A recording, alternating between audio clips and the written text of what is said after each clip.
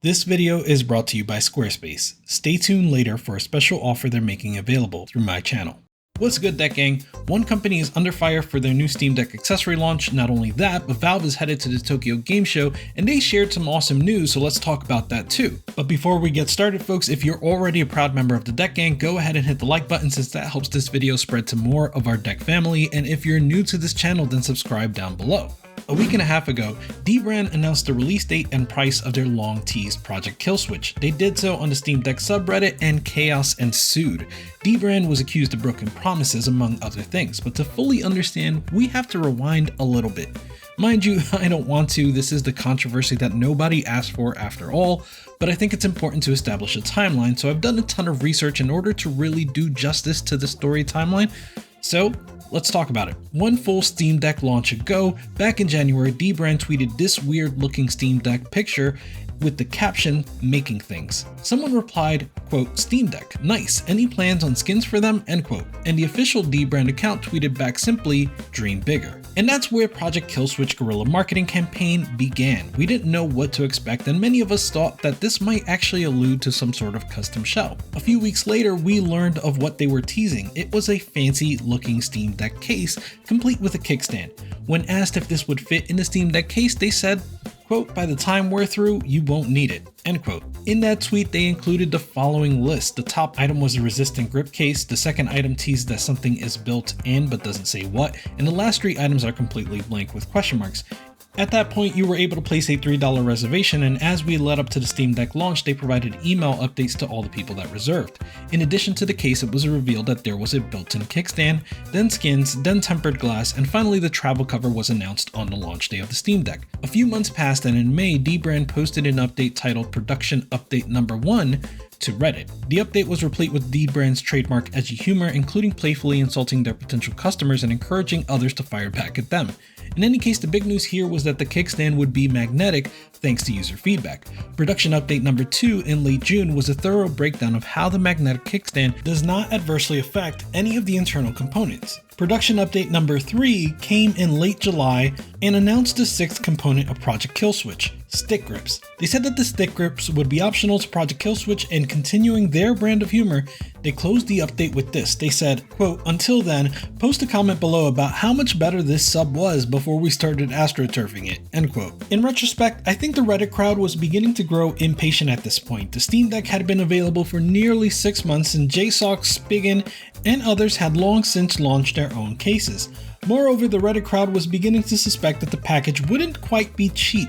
The top comment in that thread was made by user Jack of Some, and they said, quote, "By the time y'all are done with this thing, it's gonna cost more than the Steam Deck," end quote. Another top comment jokes that it'll cost $1 million. The unrest on Reddit grew, and in mid-August, user Clean Application 130 made a thread saying, "Hey, Dbrand, let's get a move on with the Killswitch, it's Q3. Once again, people speculated at the high cost, and others said that they have since moved on. That brings us to present day. On September 1st, Dbrand finally revealed the price and release date of Project Killswitch in their very thorough production update number 4. The 6 components of Project Killswitch were split up into 3 products available for purchase. The first is a package called the Essential Kit, and it's available for $60. With that, you get the case, the kickstand, and the skin. For an additional $15 US, you can get the Travel Kit, which includes the travel cover and 2 stick grips. Separately, you can purchase tempered glass. So this is where the backlash truly began. As far as I can tell, there were some people that thought they were going to be able to get everything in one package. There were yet others that thought they were going to be able to buy anything a la carte. There were others still that were taken aback at the price, and there were others still that complained that the tempered glass was promised but not included. Nevertheless, the point is that some Redditors were upset and accused Dbrand of, at best, misleading them. As a result, Dbrand broke character, dropping the edgy humor in a follow-up post titled Project Killswitch Update 4A, the sequel nobody asked for. In this post, they explained that ever since Project Killswitch was announced, there have been 2 camps. Camp A believed all components were part of one bundle, and Camp B believed all the components would be sold separately, with both camps being equally difficult to satisfy. For example, over half the people that placed a reservation for Project Killswitch have already ordered a Dbrand screen protector. So if they forced the screen protector as part of the bundle, they would be forcing an additional cost on the consumer, which would in turn be seen as predatory behavior. Dbrand similarly felt that only providing the options a la carte was pointless, as some products were useless without the case. Notably, the kickstand only attaches to the case and the skin only fills a void left behind by the case. So these are bundled together with the case. The travel cover is also useless without the case, but they provided this as part of a separate bundle, and here's how they broke that down. The Steam Deck with the Killswitch case fits in the official Steam Deck case. The Steam Deck with the Killswitch case and the travel cover does not fit in the Steam Deck case, but the case with the cover was specifically designed to be a slimmer alternative to the official Steam Deck case.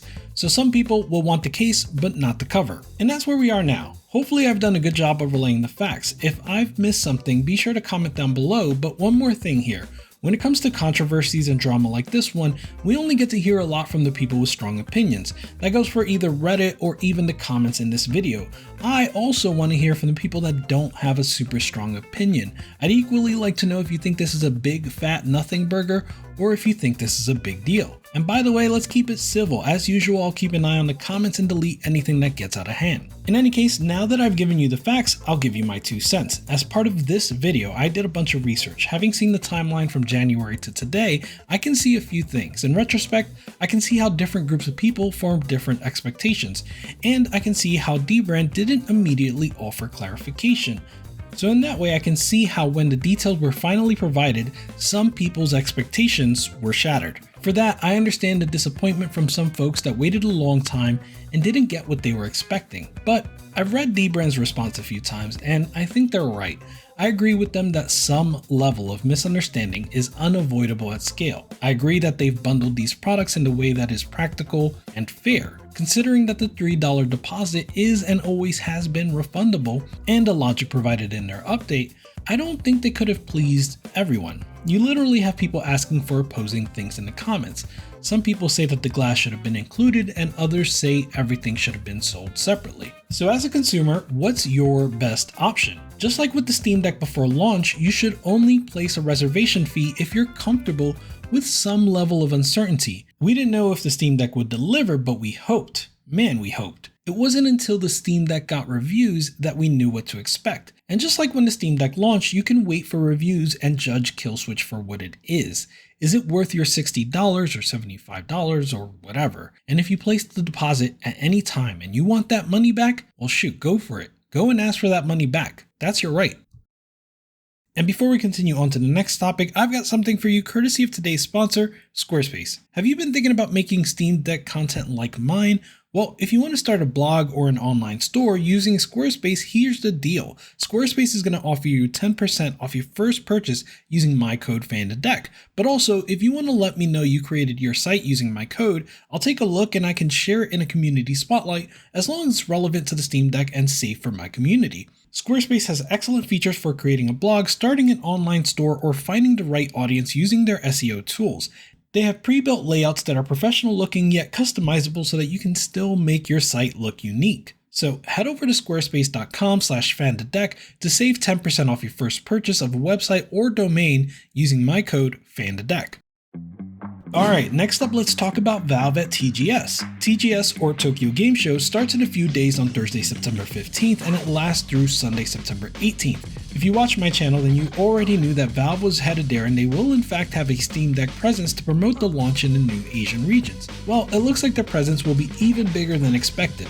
We found this out when Jeff Keighley tweeted about TGS, saying that the biggest booths include Capcom, Konami, Bandai Namco, Square Enix, and Sega Atlas. Lawrence Yang from Valve replied and said that Valve will be with Komodo in the Steam Deck booth. Looking at that booth, it's just as big as the ones that Jeff mentioned, and it's going to have to be big to fit this humongous Steam Deck.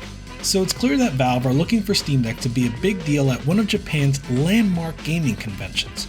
Like I said, they're gearing up for that and have already been promoting a few things. First, we got some new Twitter accounts. On Twitter, they announced 4 new Twitter accounts, one for each new region. They used the OnDeckJP account to promote the games that will be on display at their TGS booth, including Ace Combat 7, Melty Blood, Shredder's Revenge, Final Fantasy VII Remake, Yakuza Like a Dragon, and more. Valve also talked a little bit about the swag that you'll be able to get at their booth. We already knew that they would have physical copies of the Steam Deck booklet that I covered a couple weeks ago, but in addition to that, it looks like there's a new member of the Steam Deck family. Meet Steam Pal. Isn't he awesome? And yeah, like Ian says here, how about the valve on his head? Just adorable. This little dude's adorable. Anyway, the translated version on the tweet says that this is PAL, the new Steam Deck mascot, and that there will be PAL novelties at TGS. So yeah, if I don't make any new videos, it's because I escaped to Japan to see what kind of goodies I can get my hands on for myself.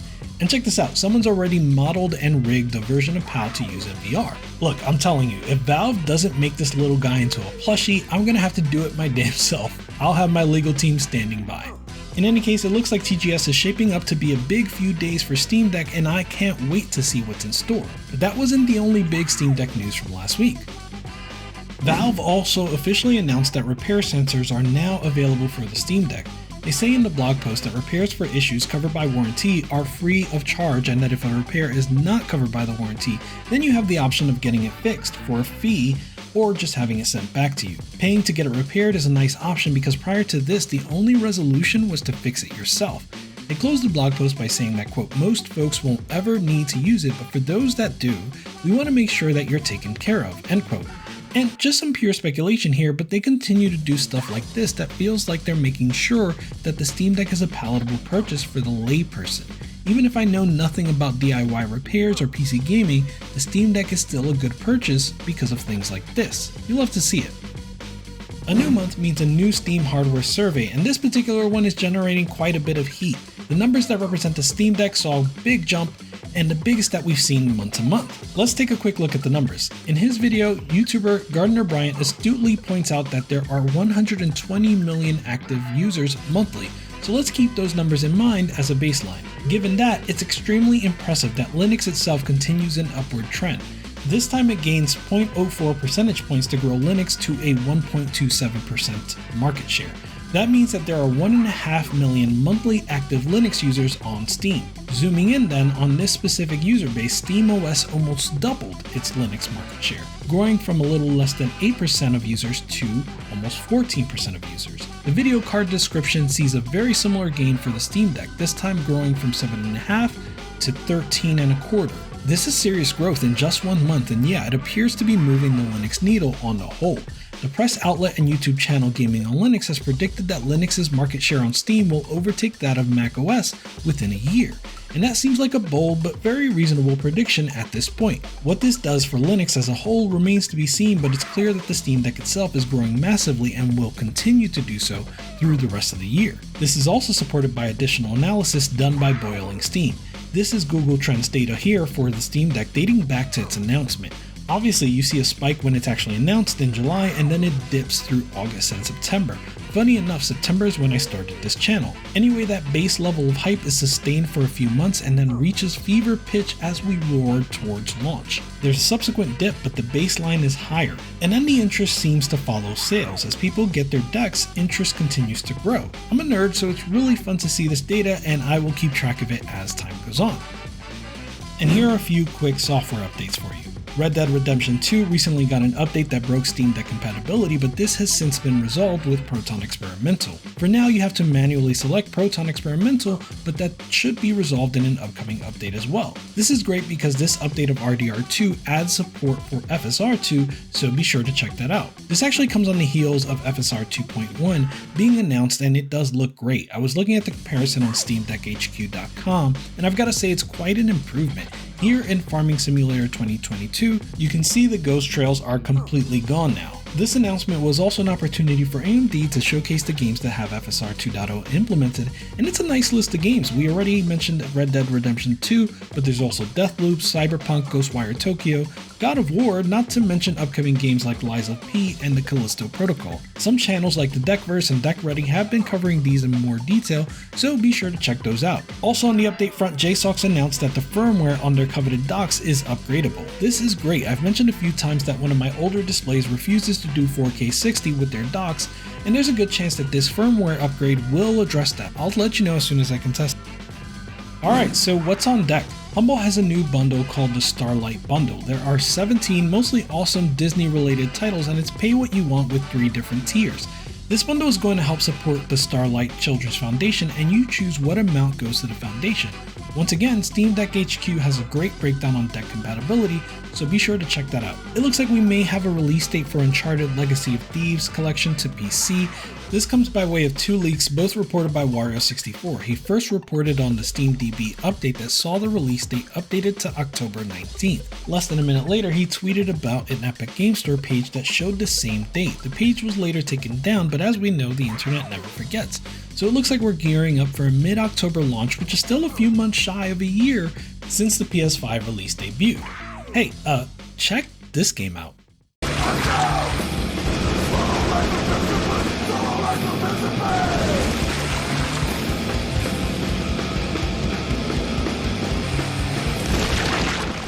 That is a tease of a very early in-development game by developer Hobocat Games. I can see how this could be picked up by an awesome indie publisher and turned into the next hotly anticipated indie darling in a year or two. In fact, here's Dave Oshry of New Blood already courting the developer with a quote tweet that simply reads, "Call me." Heck yeah, Dave. Speaking of New Blood, the big recent release for me has been Gloomwood. New Blood ended up releasing this into early access a day early because they got wind of Cyberpunk being released on their target date. And by the way, if you like weird games, I have 3 more games for you to check out. First is Zachtronics Solitaire Collection. Zachtronics is a developer that makes logic puzzle games, and in each of their recent games has been a very addictive solitaire minigame. This is a compilation of those games, and naturally it has a brand new solitaire minigame, so check it out. Betrayal at Club Low is the latest game from surrealist developer Cosmo D. These games have conflicting art styles in a way that makes them really compelling. In fact, Jacob Geller has an excellent video titled Bad Graphics where he dissects this very aspect of this very game studio. So check that out and see if you'd be interested in this weird game. If you like The Witness, you might like its pixel art cousin Taiji. This released last week and the reception is already really good. It seems to be a bit easier and much shorter than The Witness, but I think I'm ready to get some good logic puzzling in. Alright, if you enjoyed this video, you might enjoy this other video where I talk about the future of the Steam Deck. Check it out. Deck Gang out. Goodbye!